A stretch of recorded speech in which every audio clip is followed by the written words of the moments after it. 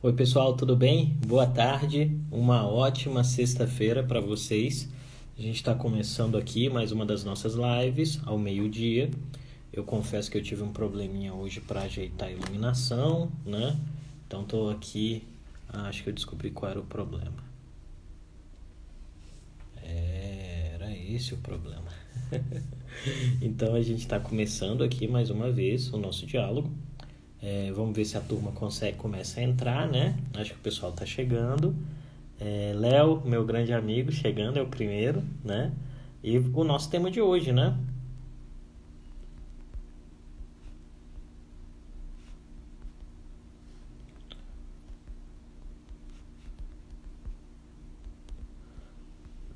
Vamos aqui, nosso tema, aquela dificuldade para digitar, né?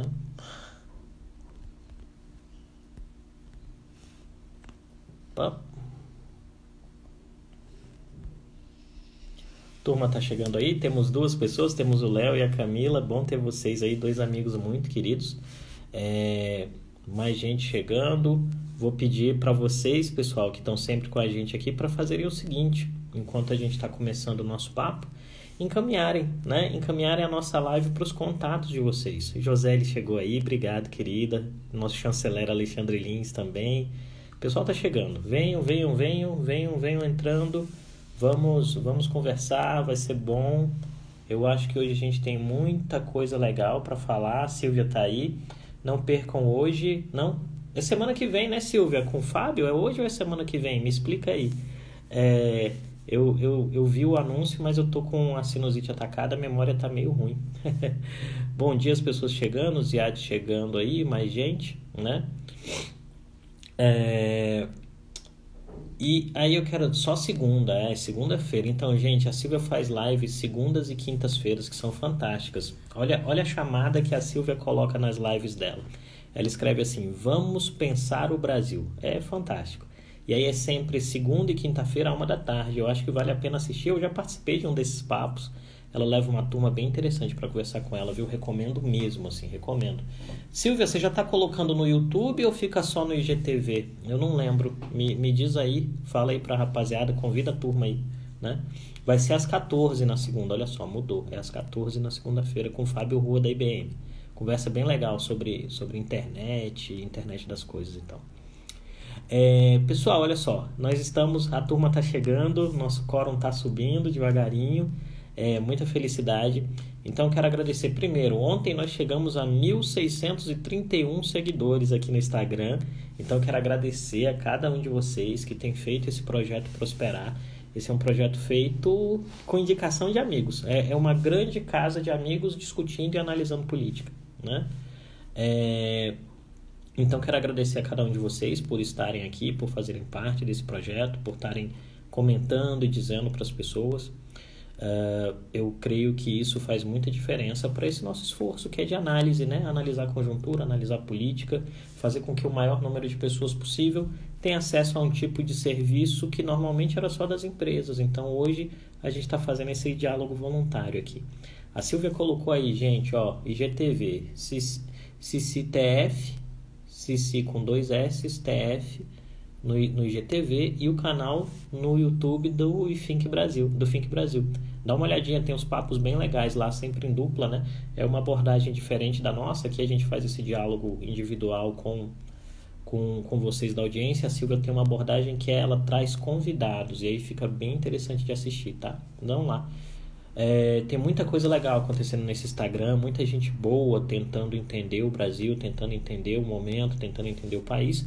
Eu sou uma dessas pessoas que humildemente está aqui tentando contribuir. Nossa querida Thaís está chegando aí também, né? Thaís, a gente tem que fazer aquela conversa sobre dados, sobre 5G, internet. A gente vai fazer essa conversa, vamos programar isso.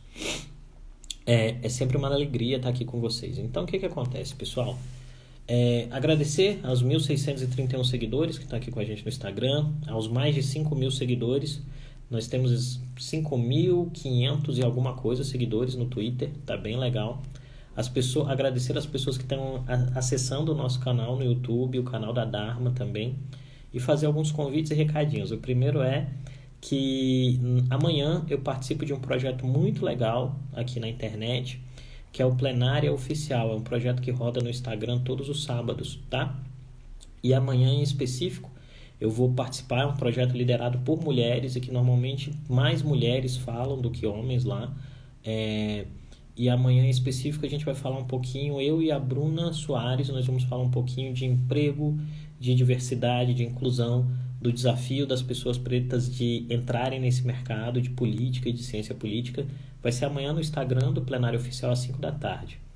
O segundo recado é que nós vamos promover no dia 30, a Dharma, um bate-papo bem legal com 4 embaixadores europeus sobre os impactos da pandemia na América Latina. Está divulgado na página da Dharma, que é @dharmapolitics, né? Aqui no Instagram. Se inscreve, vale muito a pena. Esses bate-papos da nossa parceria com a União Europeia têm sido fantásticos, tá? E o terceiro é que no dia 2 de julho a Dharma vai entrevistar o general Santos Cruz, que foi um dos principais nomes do início do governo Bolsonaro e depois saiu do governo.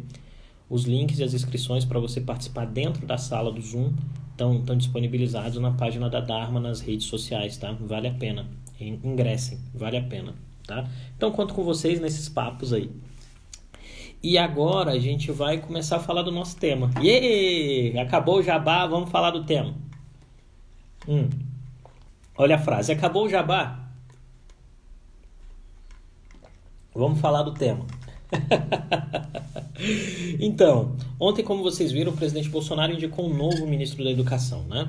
Que é o senhor Carlos Decotelli da Silva, que havia sido presidente da FNDE no início do governo Bolsonaro e volta ao governo agora com a incumbência de ser ministro da Educação.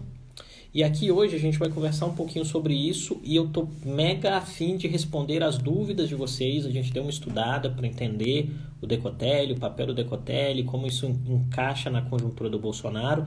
Então, se você tiver perguntas, você vai usar essa ferramentazinha de interrogação que tem aí embaixo do seu Instagram. Do lado de onde você digita, você clica na interrogação, digita a pergunta, manda, porque na hora que eu for te responder, todo mundo pode ver a pergunta e eu vou lê-la também e te dar os créditos. Então, assim, uma coisa importante, você pode fazer a pergunta já agora. Se você quiser ser o primeiro da fila, ontem um amigo fez isso, assim, para ser o primeiro da fila ele já fez a pergunta na hora que eu comecei a falar. É sempre bom, ajuda bastante, né? Então ontem nós vimos o presidente Bolsonaro indicou o Carlos Decotelli como novo ministro da Educação. E aí qual é o contexto? O que a gente tem que entender dessa conjuntura toda? A primeira é que essa é uma área vista como estratégica para o bolsonarismo, tá? Quando eu estou falando de bolsonarismo, do componente ideológico que levou o bolsonarismo ao poder e que está muito vinculado com uma ideia de uma ressurgência conservadora, que está muito presente na figura do Olavo de Carvalho como guru e dentro do governo em algumas figuras como o Felipe Martins e o Ernesto de Araújo, que é o chanceler do presidente Bolsonaro, junto com os filhos do presidente, tem essa ideia de que é necessário, nesse momento, construir uma lógica conservadora de observar o país e que um ponto de embate, de combate disso é a educação. Né? Isso quer dizer, quem controla as políticas educacionais efetivamente controla os destinos da interpretação da realidade. E é importante vocês entenderem isso porque, gente, vamos fazer um panorama no tempo. Né?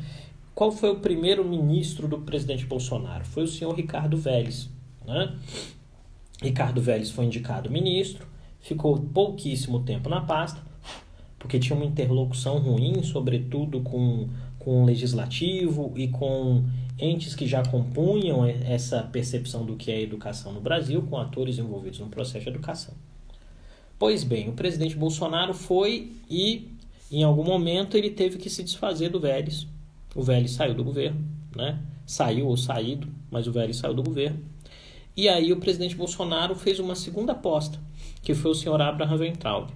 E aí aqui nós temos um ponto bastante específico. Enquanto que o Vélez tinha comprado uma lógica de transformar a educação, mas não tinha os instrumentos do embate e não gostava do embate, então ele teve muita dificuldade de fazer o embate, Weintraub gostava do embate. Então Abraham Weintraub foi o ministro da Educação, que conversava especificamente com as bases de apoio mais extremadas do bolsonarismo e declarou guerra contra o circuito tradicional da educação. Quando eu estou dizendo o circuito tradicional da educação, são os atores que estão envolvidos em políticas públicas educacionais. Ele declarou guerra a eles, né? E ao declarar guerra a esses atores, ele conseguiu, de um lado, atrair as simpatias da base bolsonarista, mas, de outro lado, romper pontes para a construção de qualquer tipo de política pública educacional, né? E nesse processo, durante a permanência de Abraham Weintraub, foi muito característico um embate constante entre ele, levando uma bandeira do governo, e outros setores da sociedade. Quais foram os complicadores do Weintraub? E aí a gente vai fazer essa retrospectiva no tempo. Um grande complicador do Weintraub foi que, em vários momentos, ele foi construindo falas cada vez mais polêmicas, cada vez mais confrontacionistas e cada vez mais desafiadoras, e o resultado dessas falas foi que ele foi criando problemas para si mesmo. E aí eu vou elencar duas aqui, né? A primeira é quando ele provoca os chineses via Twitter, usando o trocadilho do Cebolinha, né? E aí depois a Maurício de Souza Produções dá uma respondida dizendo: olha, você não entendeu como é que a gente troca as letras, né? O personagem Cebolinha responde a ele pelo Twitter, é engraçado isso. E gera um enorme constrangimento internacional, né? Porque os chineses ficam bastante irritados. E a segunda envolve a participação dele na divulgação no vídeo divulgado da reunião ministerial de 22 de abril. Esses dois elementos servem para mostrar um pouco da personalidade do Weintraub como homem público. Isso quer dizer, Weintraub encarnava, em algum sentido, aquilo que o olavismo possuía, ou possui, ou entrega para o bolsonarismo como um componente mais militante. Que significa dizer o quê? É confrontacionista, isso quer dizer, sempre no embate. É maniqueísta, tem muito forte a ideia de que existe um bem e um mal dentro do circuito político e que eles representam o bem e quem está fora desse circuito político representa o mal, né? E efetivamente assumiu a pasta com a ideia de destruir os processos numa espécie de destruição criativa. Isso quer dizer, eu transformo em terra arrasada o que existe para construir o novo. Tá? E aí a gente pode, eu não vou entrar nisso aqui, mas as imbricações disso dentro das estruturas de regulação da educação têm impactos muito fortes, né? Só que aí o que acontece nesse meio curso? Vamos lembrar o que transforma da chegada do Weintraub no governo no ano passado até o momento da sua saída e essa chegada do Decotelli agora. No ano passado, o governo Bolsonaro gozava de uma espécie de lua de mel, né? Ganhou as eleições, tem uma espécie de salvo-conduto, tempo suficiente para construir determinadas ações ilógicas e, a partir daí, poder governar, né? O tempo vai passando, essa lua de mel, obviamente, vai perdendo a sua validade e chega um determinado momento em que o presidente Bolsonaro se encontra diante de uma situação muito complicada, que hoje, em termos de análise, a gente pode chamar que é o enfrentamento da tempestade perfeita, né? Que significa dizer o quê? O governo tem uma crise institucional, tem uma crise política, tem uma crise de saúde pública, tem uma recessão e há também outros elementos variados, por exemplo, né? Como, por exemplo, a própria inabilidade do presidente de construir uma narrativa de conciliação. Esses elementos vão criando uma lógica e uma situação em que o governo vai entrando na defensiva, né? E as reações vão vindo de dois pontos. Inicialmente do legislativo, com alguns posicionamentos no sentido de dizer, olha, isso não é legal, isso nós não queremos, isso nós não aceitamos e por aí vai. E rejeitando algumas proposições do governo. E de outro lado vem muito forte do judiciário, né? Chega um momento em que o judiciário começa a bater muito forte no governo, investigação das fake news, investigação de atos antidemocráticos, investigação da questão das rachadinhas envolvendo o Flávio Bolsonaro, e isso vai colocando o presidente numa posição de defesa, né? O presidente vai para as cordas. E aí vamos lembrar o seguinte, da prisão de Bolsonaro até o acordeon ontem na live presidencial, né? Para quem não viu, assista. O presidente da Embratur tocou o acordeon, tocou até relativamente bem, executou uma Ave Maria na live do presidente Bolsonaro ontem, né? Nesse processo o presidente vinha muito calado. E ontem o presidente começou a se soltar, começou a falar de novo. O primeiro ponto foi a indicação do Decotelli para o Ministério da Educação. Depois veio a live com a acordeon e a presença do Paulo Guedes. E hoje o presidente partiu para o Ceará para inaugurar um trecho da transposição do São Francisco. O que isso significa dizer? E aí a gente vai tentar entender o que isso significa dizer e como isso se encaixa e como o perfil do ministro se encaixa nessa nova conjuntura, né? Isso significa dizer que o presidente está se esforçando nesse exato momento para construir aquilo que a gente chamaria de uma agenda positiva. Isso quer dizer, o presidente e o seu núcleo de decisão entenderam que eles estão apanhando muito, né? Que o governo tem dificuldade de mostrar algo, de entregar resultados, né? Pelo menos naquilo que são as crises mais urgentes, que é a crise econômica e a questão da pandemia. E aí, como resultado desse processo, o governo começou a tentar construir novos tipos de razões para se criarem comentários positivos, né? A primeira foi a indicação do Decotelli ontem, a segunda é essa tentativa de viagem hoje para Juazeiro do Norte para inaugurar um trecho da transposição de São Francisco. Como o Decotelli se encaixa nisso? O Decotelli se encaixa nisso tendo um perfil narrativo que é o oposto do Abraham Weintraub. Não estou dizendo aqui que Decotelli é não conservador ou que Decotelli vai agir no sentido dentro daquilo que várias organizações da sociedade civil, por exemplo, esperam que sejam posturas e políticas públicas educacionais de viés mais progressista. Por quê? Porque ele não é um progressista político, tá? Não é, ele é um conservador. A diferença fundamental é que o trato que o novo ministro ontem, né, e a gente está falando de algo que é muito recente, o trato que o novo ministro ontem deu à imprensa, quando a imprensa foi conversar com ele, surpreendeu positivamente a imprensa e surpreendeu positivamente alguns atores do mundo educacional. E especificamente o que surpreendeu positivamente? O fato de que o ministro, em todas as suas falas iniciais, ressaltou que estava no ministério para trabalhar, para resolver problemas de gestão, que ele não tinha habilidade ou capacidade para fazer qualquer tipo de agenda ideológica.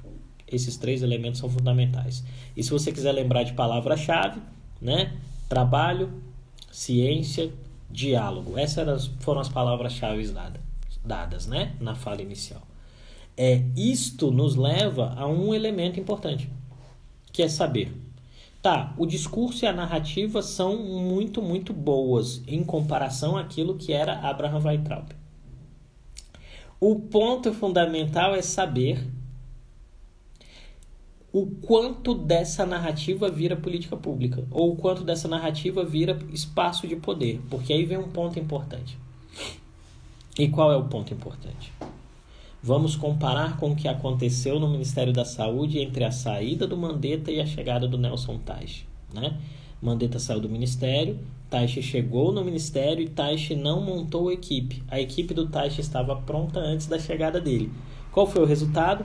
Teich não durou no Ministério, porque ele teve, obviamente, uma dificuldade de construir uma articulação e avançar em agendas que ele considerava importantes, enquanto que o governo tinha outras prioridades. Vamos lembrar lá da questão da cloroquina, lembra? O governo queria mudar o protocolo de utilização da cloroquina e o Teich disse que não faria e ele não tinha suporte político algum e ele sai.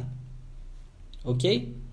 Qual é a semelhança disso com o que é o horizonte da transição no Ministério da Educação? O novo ministro assumiu, mas nós não temos certeza se o novo ministro construirá uma nova equipe ou se o novo ministro vai manter a equipe que era do Abraham Weintraub. E aí tem um ponto importante, você vai me perguntar, Creomar, por que a equipe é tão importante? E aí eu vou te responder. A equipe é tão importante porque a equipe construída pelo Weintraub era uma equipe que, em termos de perfil, né? Perfil ideológico, acho que é o melhor termo, tá? Em termos de perfil ideológico, a equipe montada pelo Weintraub estava em sintonia com suas concepções. Weintraub é um discípulo do Olavo de Carvalho, né? Então, as percepções sobre os processos educacionais estavam muito vinculadas a essa ideia do ministro anterior. E quando acontecem essas trocas, um medidor importante é saber: o novo ministro tem o cacife político para construir a própria equipe ou ele vai ficar com a equipe anterior? E essa é a pergunta que a gente deve fazer e deve observar nas próximas semanas. É saber, Ocorrerão transições dentro do Ministério da Educação ou fica a mesma equipe e você só trocou aquele que é a ponta de lança? Estes elementos, então, gente, são os fundamentais para a gente começar o nosso debate. E aqui, ó, fiz certinho. São exatamente 12h20 e aí eu começo a transicionar para as perguntas, tá bom? Então, vamos lá. Primeira pergunta. Vamos aqui na pergunta mais antiga, que é do nosso querido Leonan, né? Seja bem-vindo, meu velho. Sempre bom quando você tem tempo para assistir a live, mas é sempre bom quando você assiste pelo YouTube também. Obrigado.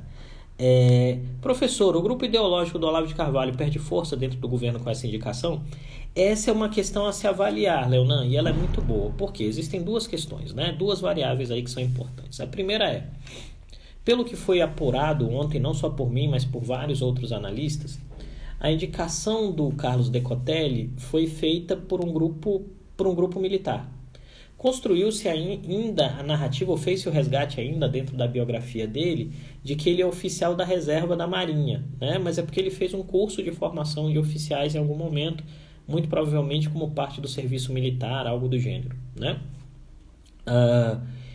O outro elemento que é importante para a gente pensar nesse componente é o fato de que Decotelli foi parte integrante da equipe de transição que assumiu o Ministério da Educação no início do governo Bolsonaro. Então, o que eu estou querendo dizer?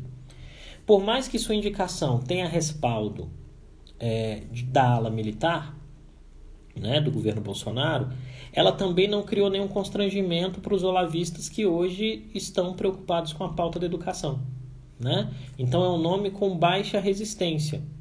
Tanto que ele foi presidente do FNDE até agosto, quando o presidente da República o trocou por um cargo que era por uma indicação do Rodrigo Maia para gerir o FNDE, né?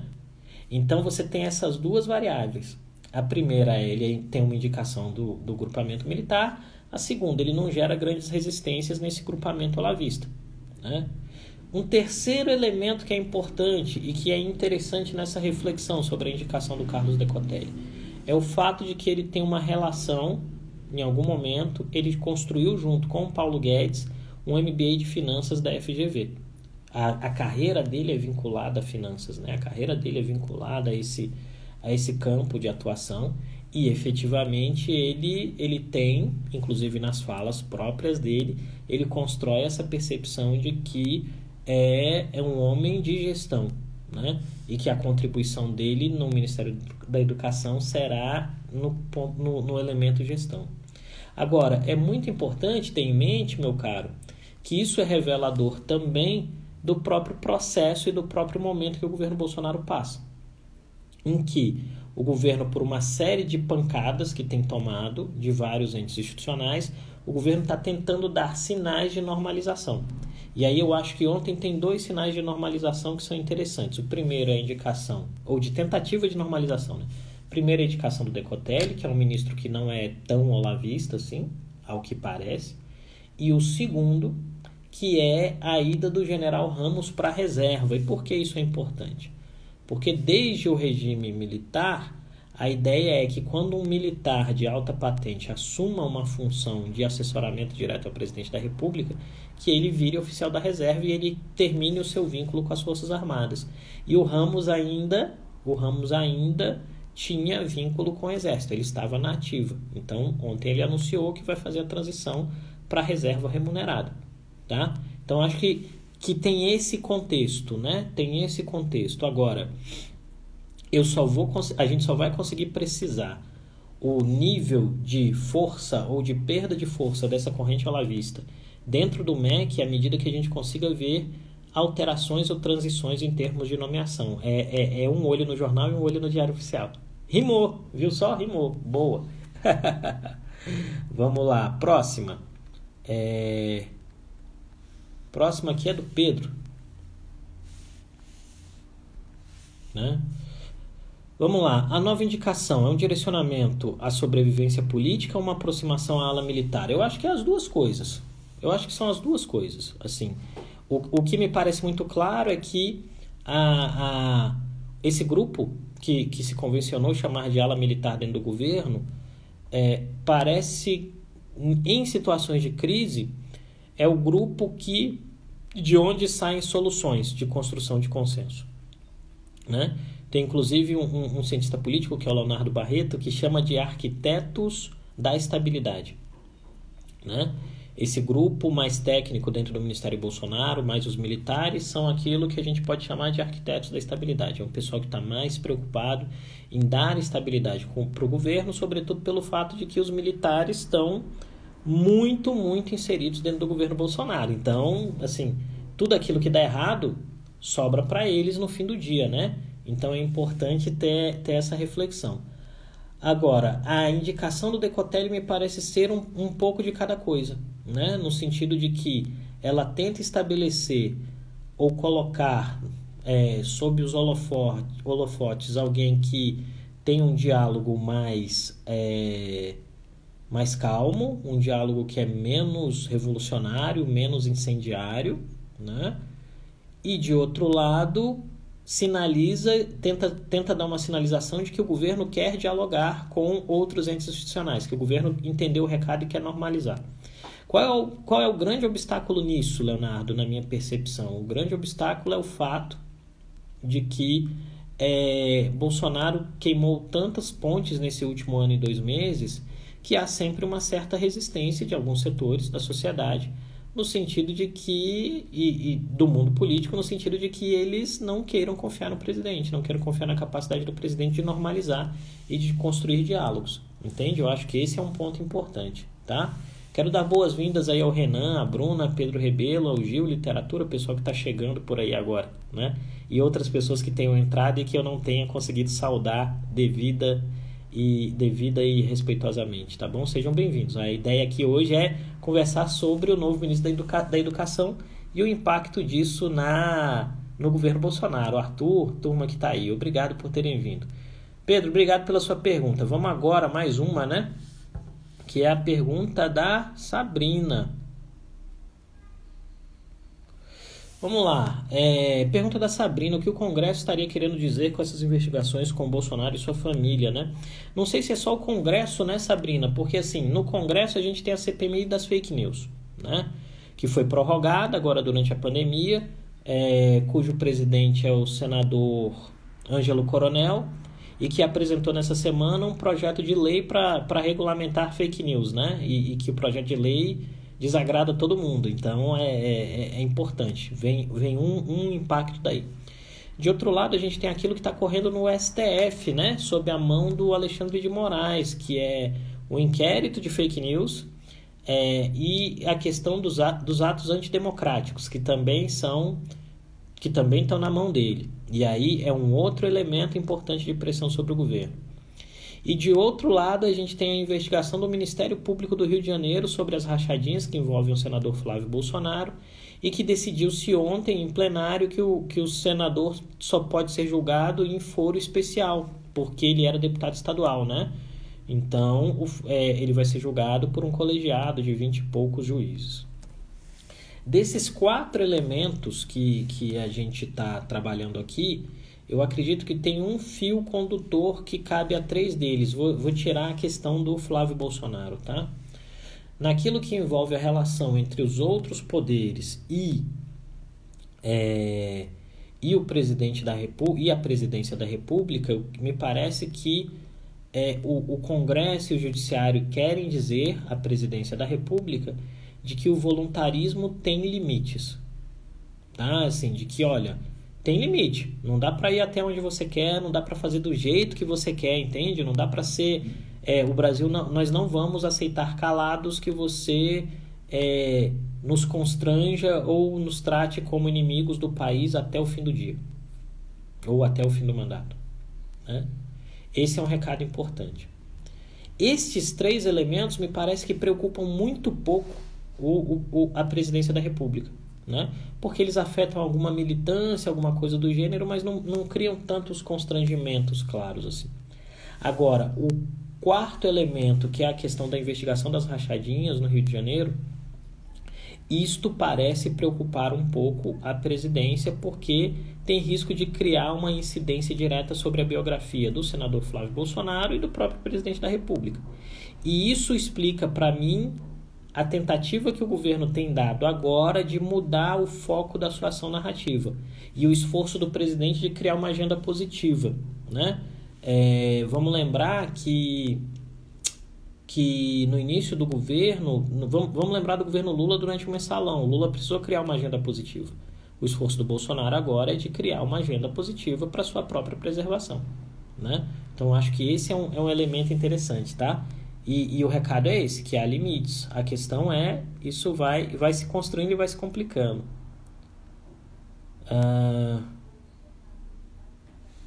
Vamos aqui, eu vou na pergunta, tem várias perguntinhas aqui, né? Vamos aqui nessa pergunta da Janaína, amiga querida de infância. Você acha que essa indicação será bem vista pelos eleitores mais fiéis de Bolsonaro? Então, essa é uma pergunta excelente. O que me parece? A gente tem que medir pelas redes sociais, né? A gente consegue medir melhor eleitor do Bolsonaro, as falas dos eleitores do Bolsonaro pelas redes sociais. Ontem aconteceu um fenômeno bem interessante, tá? Surgiram vários perfis de Twitter do novo ministro, né? Um que tinha uma fala mais moderada e outro com muito mais seguidores que tinha uma fala mais extremada. E aí a gente começou a perceber no decorrer da tarde que esse perfil que tinha menos seguidores, com as falas menos extremadas, ele fazia as postagens. E logo após, esse perfil com um grande número de seguidores e que com postagens mais radicais, pegava o extrato daquelas postagens e dava tons mais radicais, mais ideológicos a elas, né? Então, o que nós fizemos na Dharma foi pedir para o Twitter verificar a conta e dizer para a gente quem é o ministro, porque tinham umas 3, 4. Né? Então, a gente, como o Twitter tem essa política de verificar, validar contas de autoridades, a gente está esperando eles fazerem isso, né? Um elemento fundamental para saber se a base mais radical bolsonarista vai comprar a nova indicação é o desempenho do ministro. Isso quer dizer, se em algum momento se tiver a interpretação de que o ministro é de fato mais pró, vamos usar uma terminologia comum, né, para o grupamento assim, mais esquerdista ou algo do gênero, ele vai ter dificuldades, né? E aí, um fato novo que o professor André Lopes está dizendo aqui, que ele disse que não tinha conta em rede social, né? É uma outra variável. Então, o que me parece ser aí? Esse discurso de normalização tem um teto dentro da militância bolsonarista, né? Ele tem um teto dentro da militância bolsonarista, isso quer dizer, ele não pode ser interpretado como concessões para o outro lado.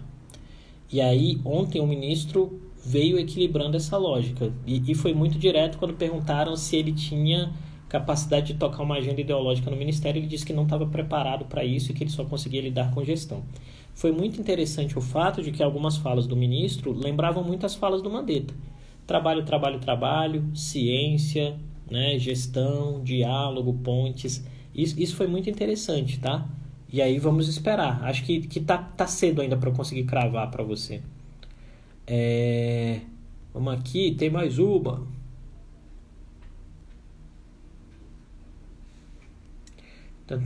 Tem mais uma aqui, né?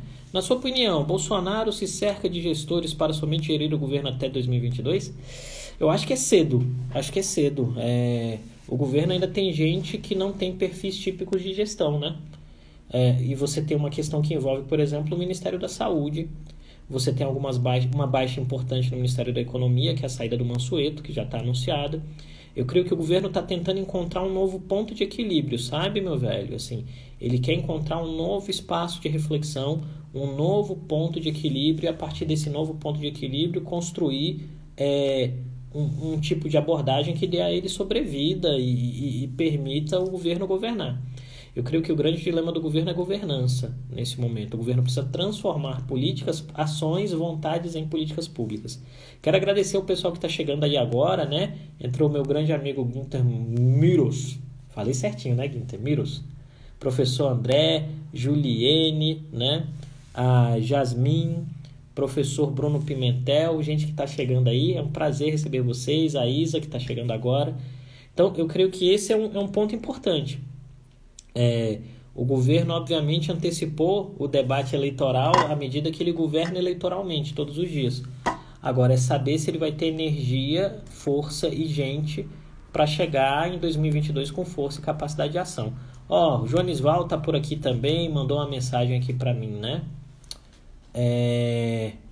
Tem aqui a pergunta da Lidiane, explique mais sobre essa legislação de fake news. Na semana que vem, Lidiane, a gente vai ter uma sessão para falar dessa legislação de fake news. Pode ficar tranquila que a gente vai falar sobre isso com a calma devida, tá bom?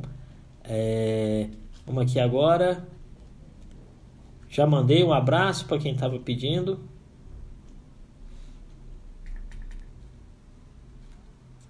E aqui tem mais uma pergunta. O grande desafio do novo ministro seria instaurar um novo modelo de financiamento da educação pública? Meu velho, eu creio que o novo ministro tem grandes desafios. Um deles é a construção das pontes de diálogo, né? Tem uma política pública muito importante que precisa ser renovada, que é o Fundeb, né? Que é o Fundo Nacional de Educação Básica. É muita grana. E essa discussão está no Congresso, sob a relatoria da deputada Dorinha, do Democratas de Tocantins. E ela tem que apresentar o relatório e tem que construir, e o MEC tem que ser parte disso aí. Porque se o MEC não for parte desse diálogo, ele vai ser atropelado pelo diálogo. Esse é o ponto. E me parece que o ministro entendeu essa urgência e nas falas iniciais ele quer construir esse elemento. Um outro contexto que é bastante importante e que fez muito mal para a imagem do MEC durante a pandemia foi a negativa ou a resistência do ministro Abraham Weintraub em adiar o Enem. E isso gerou muita dificuldade. E de outro lado, falando disso, a gente tem um outro problema derivado, que é a necessidade urgente de dizer como nós vamos lidar com o fato dos milhões de crianças, de universitários, de pessoas que estão perdendo seus semestres letivos com a pandemia. Qual vai ser a alternativa? Qual vai ser a diretriz? Como é que vai ser liderança ou liderado nesse processo? Eu creio que esses são os grandes desafios aí, né? Você me perguntou um, mas eu te dei vários para você ficar pensando e refletindo, né? E aí tem uma pergunta do nosso amigo Jonisval aqui, né? Quais os desafios para o ministro no ensino superior? Eu creio que são dois, tá? Primeiro, a estabilização da relação entre o Ministério e as universidades federais. Isso vinha muito ruim com o Weintraub. E o segundo é a construção de uma regulação ou aprimoramentos de regulação no que diz respeito ao ensino superior privado, porque aí é um ponto importante, as pessoas falam muito, e esse talvez seja um desalinho, né, em termos de diagnóstico da lógica do ensino superior. Se fala muito das universidades federais, mas o grosso dos estudantes está nas universidades privadas. E aí você tem que ter uma regulação que seja boa, que envolva crédito, que envolva melhoria da qualidade, que envolva uma série de outros marcadores. E ainda tem a revolução do EAD, né? Acelerada pela pandemia. Todos esses processos vão influenciar muito, né? E aqui é a pergunta da Isa, né? Obrigado, Isa. Você acha que essa nova indicação pode gerar mudanças no núcleo ideológico? Eu ainda acho que é cedo para saber, né? Como eu havia falado em uma resposta anterior aqui, a gente tem que o movimento por si gera alguns impactos, né?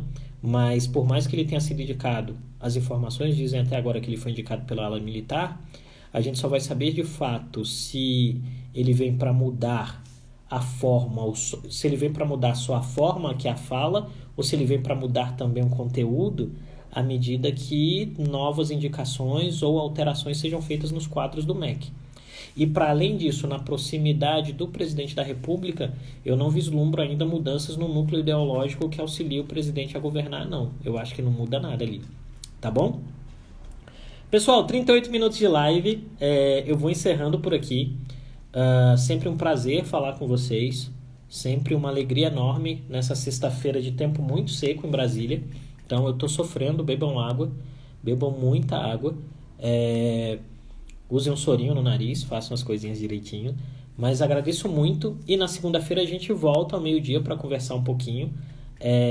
Pessoal que chegou atrasado, assiste pelo IGTV. Hoje de tarde eu quero postar no YouTube a live de ontem e a live de hoje, né? Tem um pessoal sofrendo no frio aí.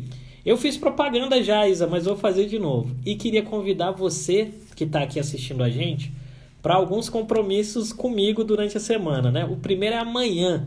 Amanhã, sábado, às 17 horas, eu vou participar de um papo muito legal com a Bruna Soares no plenário oficial aqui no Instagram, tá? O papo vai envolver carreira, profissão, discussão sobre política e sobre o mercado para trabalhar em ciência política e, obviamente, também questões de diversidade e uma perspectiva antirracista, que eu acho que é interessante também nesse momento, e da inclusão de gênero, né? A plenária é uma iniciativa de mulheres incríveis, então isso é legal.